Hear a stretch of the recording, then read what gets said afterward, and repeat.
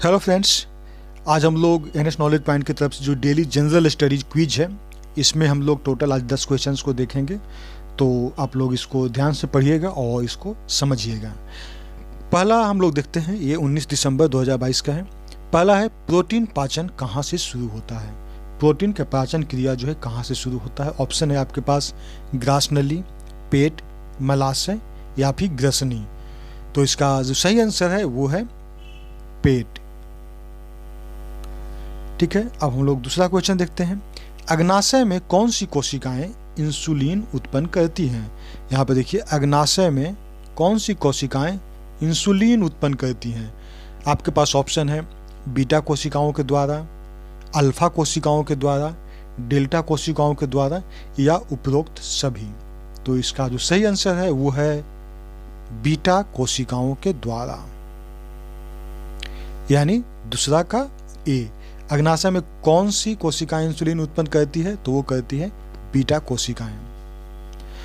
हम लोग अब तीसरा क्वेश्चन पे देखते हैं। अवरोही क्रम में इसको सजाना है, जिसमें कि निम्नलिखित को व्यवस्थित करना है, इसको सजाना है।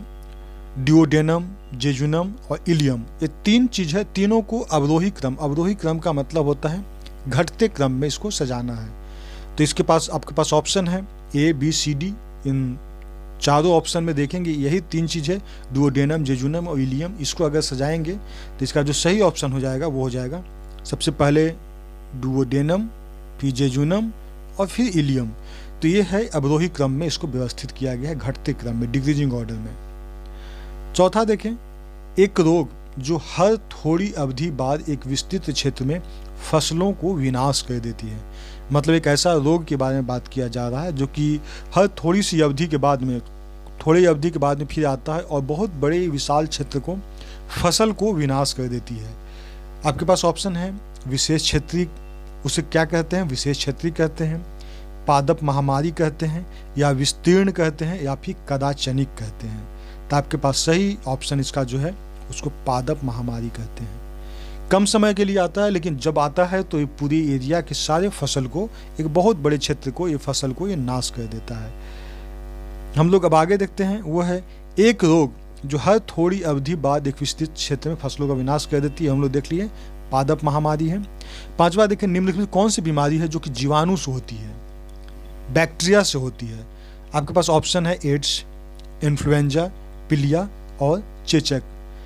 तो इसका जो सही आंसर है वो है पीलिया, जिसको हम लोग कहते हैं जॉन्डिस भी कहते हैं।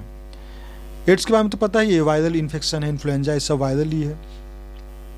तो स्मॉल पॉक्स इसमें देखेंगे तो ये हमारा जो जॉन्डिस हो गया, पीलिया, ये हमारा जीवाणु से होता है, बैक्टीरिया से होता है। शरीर की सबसे बड़ी ग्रंथि कौन सा है? छठा क्वेश्चन है कि शरीर की सबसे बड़ी ग्रंथि कौन सा है? ऑप्शन है लाल ग्रंथि, थायराइड ग्रंथि, और हम लोग इसके आगे के ऑप्शन में देखते हैं वो है यकृत या फिर आमाशय। क्वेश्चन को फिर से एक बार समझ लेते हैं। शरीर की सबसे बड़ी ग्रंथि कौन सा है? लाल ग्रंथि, थायराइड ग्रंथि या फिर लिवर, जिसको यकृत कहते हैं, लिवर, या फिर आमाशय। तो इसका जो सही आंसर है वो है लिवर। तो ये सबसे बड़ी ग्रंथि के रूप में इसको माना जाता है, लिवर को। कई बार क्वेश्चन पूछा गया है तो इसको ध्यान में रखिएगा, सही का सबसे बड़ा ग्रंथि है। अब हम लोग अगला क्वेश्चन देखते हुए सातवां, आरएनए। आरएनए में शुगर क्या है? आरएनए में शुगर राइबोज है, डीऑक्सीराइबोज है, सुक्रोज है या फिर लैक्टोज है? तो इसका सही आंसर जो है वो है राइबोज। आरएनए में शुगर जो है वो राइबोज है। आठवां क्वेश्चन देखें, मस्तिष्क को मुख्य सोचने वाला भाग कौन सा है? मस्तिष्क का कौन सा मुख्य सोचने वाला भाग है? पहला मध्य मस्तिष्क, अर्धचेतक, अग्र मस्तिष्क और पश्च मस्तिष्क। तो इसका सही आंसर है वो है अग्र मस्तिष्क। अग्र मस्तिष्क जो होता है ये हमारा सोचने के लिए मुख्य रूप से, जो हमारा मस्तिष्क का मुख्य भाग है जिससे हम लोग सोचते हैं। नौवां हो गया, निम्नलिखित में से कौन सा हार्मोन पादप कोशिकाओं को इस प्रकार बढ़ाने के लिए प्रेरित करता है जिससे पादप प्रकाश की ओर मुड़ा हुआ प्रतीत होता है? मतलब कोई ऐसा पौधा जो कि प्रकाश के जिधर से लाइट आता है उधर की ओर मुड़ा हुआ लगता है, तो कौन सा ऐसा हार्मोन है जो कि पादप कोशिकाओं को इस प्रकार यानी लाइट की ओर बढ़ने के लिए इन लोग को प्रेरित करता है? ऑप्शन है साइटोकाइनिन, ऑक्सिन, जिब्रेलिन और एबिस्किस अम्ल यानी एबिस्सिस अम्ल। तो यहाँ पे 4 ऑप्शन दिया हुआ है, साइटोकाइनिन, ऑक्सिन, जिब्रेलिन और एबिस्सिस अम्ल। तो इसका जो सही आंसर है वो हो जाएगा ऑक्सिन। मतलब ऑक्सिन ऐसा हार्मोन है जो कि पादप कोशिकाओं को जिधर से लाइट आती है, सनलाइट आती है, उधर उसी प्रकाश की ओर मुड़ा हुआ उसकी तरफ अट्रैक्ट करता है, उसके लिए प्रेरित करता है। ठीक है, 10वां हम लोग देखें, हमारा आंतरिक, इसको लोग देख लेते हैं। हमारे आंतरिक शरीर अंगों को प्रतिबिंब प्राप्त करने के लिए चिकित्सा निदान में चुंबकीय अनुनाद चित्र संचरण का प्रयुक्त किया जाता है। हमारे आंतरिक, हमारे शरीर के अंदर का उसका इमेज प्राप्त करने के लिए, प्रतिबिंब प्राप्त करने के लिए चिकित्सक निदान में हम लोग मेडिकल में हम लोग चुंबकीय अनुनाद चित्र संचरण MRI प्रयुक्त किया जाता है। MRI क्या हो गया? मैग्नेटिक रेजोनेंस हो गया और मैग्नेटिक रेजोनेंस इमेज हो गया MRI। यह मुख्यतः क्यों संभव होता है? क्योंकि ऑप्शन आपके पास है, हमारे शरीर में स्थायी चुंबक है, क्या यह संभव है?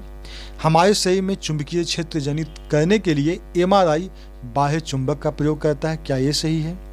और तीसरा है, हमारे शरीर में चुंबकीय क्षेत्र जनित करने के लिए MRI हमारे बाह्य विद्युत क्षेत्र का प्रयोग करता है।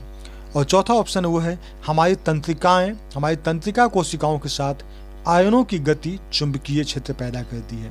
तो MRI जिसको कहते हैं मैग्नेटिक रेजोनेंस इमेजिंग, तो इसका सही ऑप्शन होगा वो होगा D, यानी हमारी तंत्रिका कोशिकाओं के साथ आयनों की गति चुंबकीय क्षेत्र पैदा करती है, जिसकी वजह से हम लोग शरीर के अंदर का इमेज यानी उसका प्रतिबिंब हम लोग प्राप्त करते हैं, जो कि चिकित्सा निदान में बहुत उपयोगी साबित होता है।